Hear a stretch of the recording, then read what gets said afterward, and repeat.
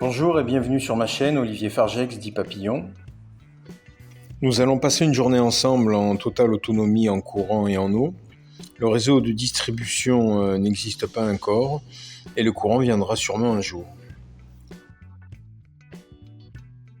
Cela n'a pas été un choix, mais plutôt une nécessité pour pouvoir vivre en harmonie avec la nature qui nous entoure et surtout en cohérence avec notre époque actuelle. Donc l'aventure a commencé en 2008.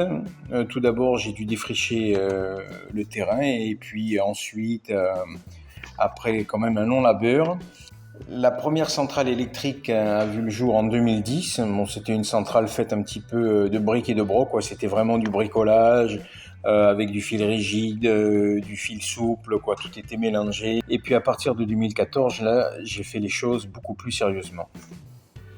Vous pouvez voir le début de la centrale électrique sur les photos, comment elle était, son évolution, et puis en 2014, l'installation donc, d'un panneau que j'ai acheté à Bali, et puis avec des batteries toujours en acide. J'ai eu un problème avec ces batteries-là, elles ont été reprises sous la garantie, j'ai pu acheter des batteries AGM, la dernière photo que vous voyez sur la vidéo. Et elles ont tenu quand même 8 ans. J'ai commencé à allumer le groupe, j'étais dans le négatif à Battery Net Today, j'avais moins 700 watts, donc c'était pas énorme. Et là, comme j'ai des guests, donc j'ai mis le groupe. Je tire que 40 watts parce que je suis obligé de tout couper. Le groupe il a 15 ans, donc le moteur, la machine a du mal à donner la pleine puissance comme il l'a donné avant. Avant j'arrivais à monter à 4 kg. J'ai 4 kg net.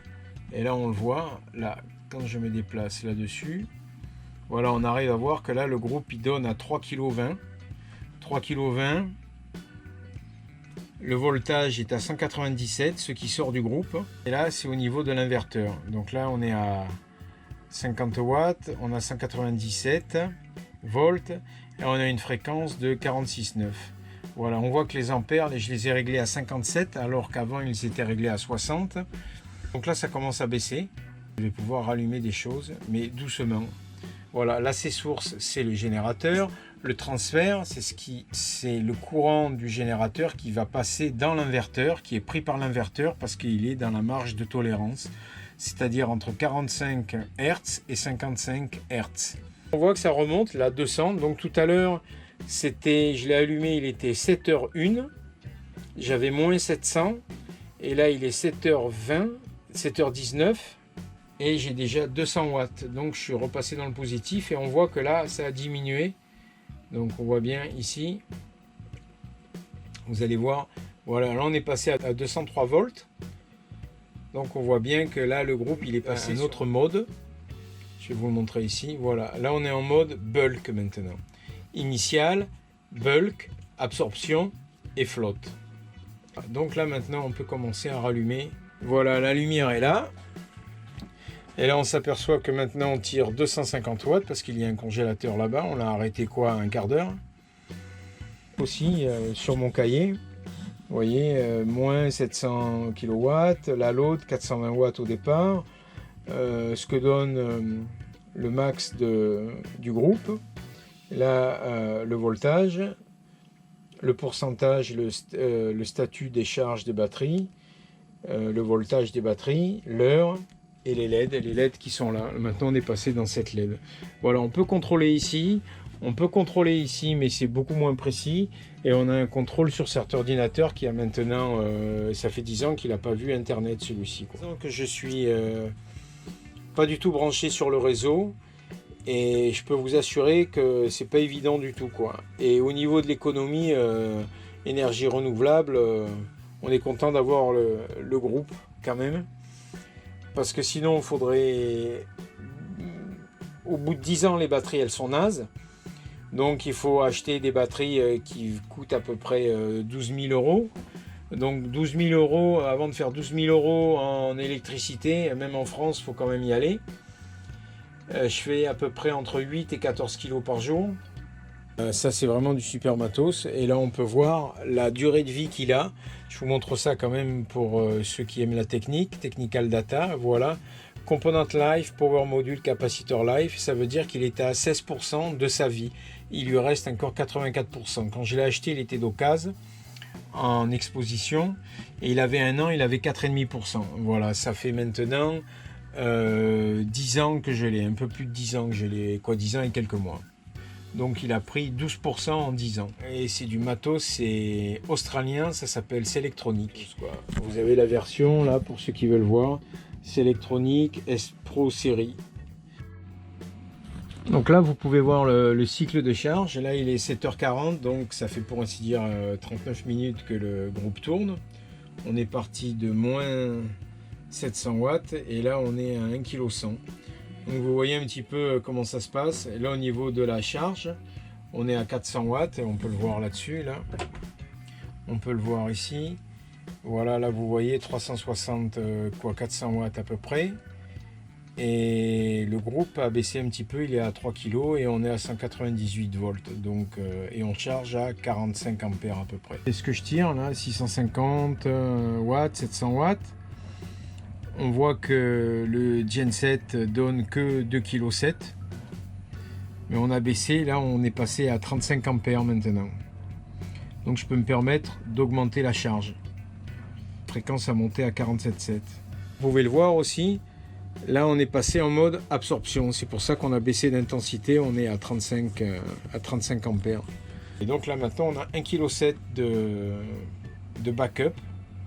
Alors que tout à l'heure on était pour ainsi dire en 1 heure, vous mettez le groupe, vous chargez 2,4 kg. En fait vous voyez comment ça se passe quand on n'est pas branché sur le réseau et que l'on doit avoir une source de courant extérieur, donc en l'occurrence c'est le générateur. Donc là on voit que les batteries sont sur flotte, c'est-à-dire c'est le dernier stade de charge et on peut vérifier combien ça charge. Vous voyez, donc là ça charge à 5 ampères. Voilà, et là le courant est devenu à 220 volts et on tire 420 watts. Là la clim vient de s'arrêter. Donc en 2 heures de temps, ça a pris 2,6 kg plus 700 watts qu'on était dans le négatif tout à l'heure. Donc ce qui fait 3,3 kg en 2 heures de temps. Voilà. Donc là maintenant on est que sur les batteries. Là nous sommes le matin, donc il est 7 heures. Donc on peut voir que l'on a consommé 2 kg depuis minuit. Et l'état des batteries est à 46 et on tire 45,9 et on tire, on peut le voir ici, 300 watts. Donc d'où l'intérêt de tirer le groupe, ça fait passer la nuit tranquille et le matin, ça va, je vais pouvoir allumer la clim dans quelques temps. Voilà, le bus, la négatif, avec le bus et la positive qui est un peu plus éclairé. Et là on voit mieux. Donc là tout est relié et après ça part ici. Dans ces 2 gros fils là, le positif et le négatif, et ça rentre dans l'inverteur. C'est lui en fait qui contrôle la charge quoi, hein. Ça c'est un super appareil avec le Victron qui est là.